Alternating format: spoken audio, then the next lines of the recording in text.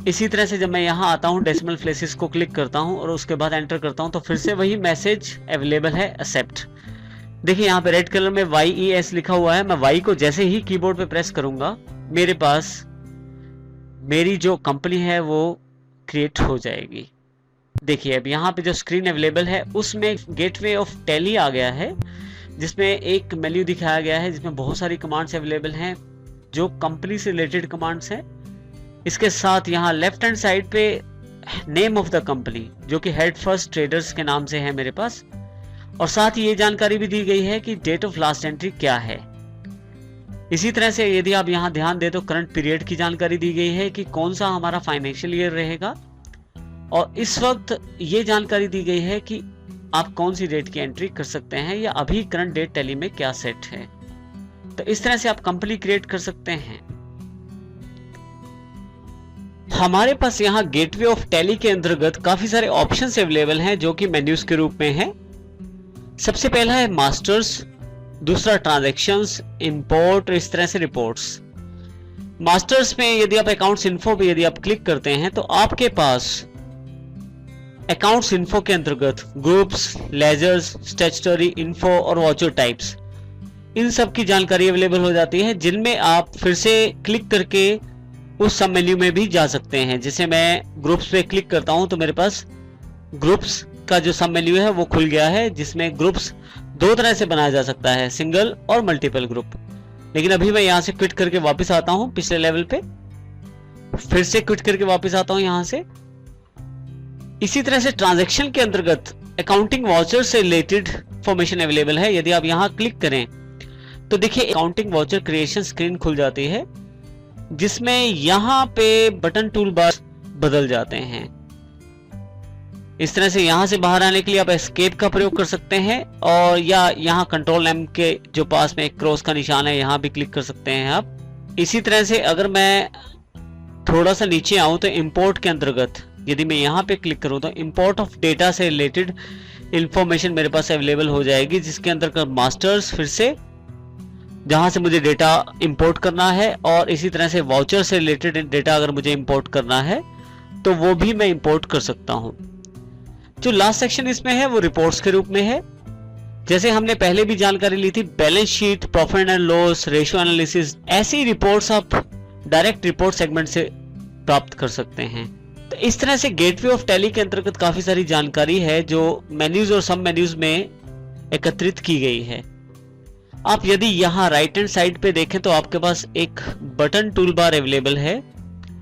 ये जो button tool bar है, इस पे जो बटन होते हैं वो आपका जो मेन्यू सिलेक्शन रहता है उसके अनुसार बदलते रहते हैं।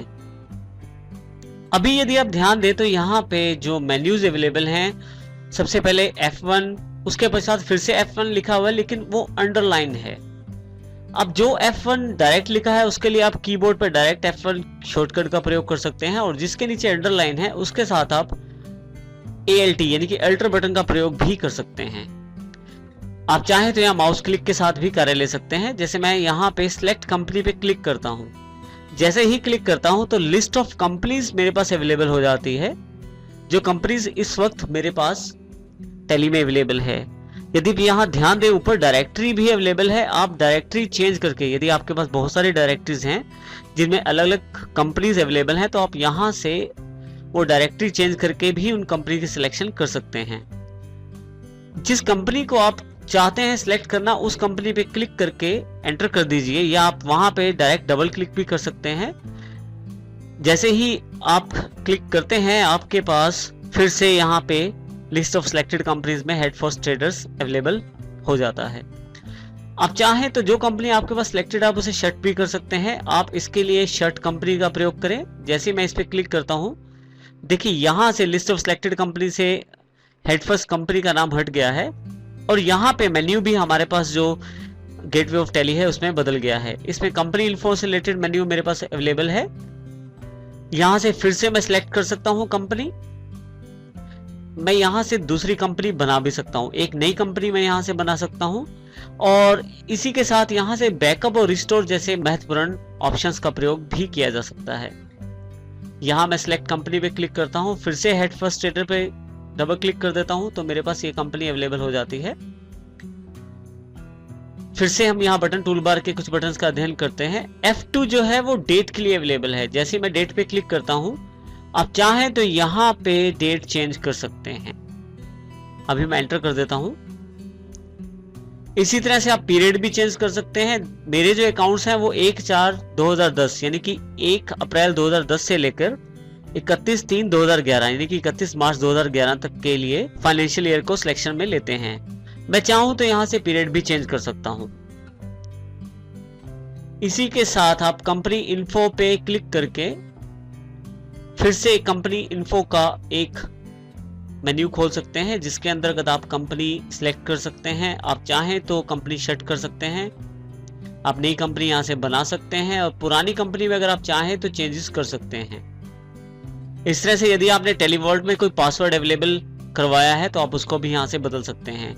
इसके अतिरिक्त फिर से हमारे पास यहाँ 3 ऑप्शन और अवेलेबल हैं, जिसमें स्प्लिट कंपनी डेटा यानी कि कंपनी के डेटा को हम स्प्लिट कर सकते हैं, बांट सकते हैं, और फिर से वही बैकअप और रिस्टोर के ऑप्शन यहाँ अवेलेबल हैं। यहाँ से मैं क्विट कर लेता हूँ तो फिर से मैं गेटवे ऑफ टैली के मेन मेन्यू पे अवेलेबल हो जाता हूँ।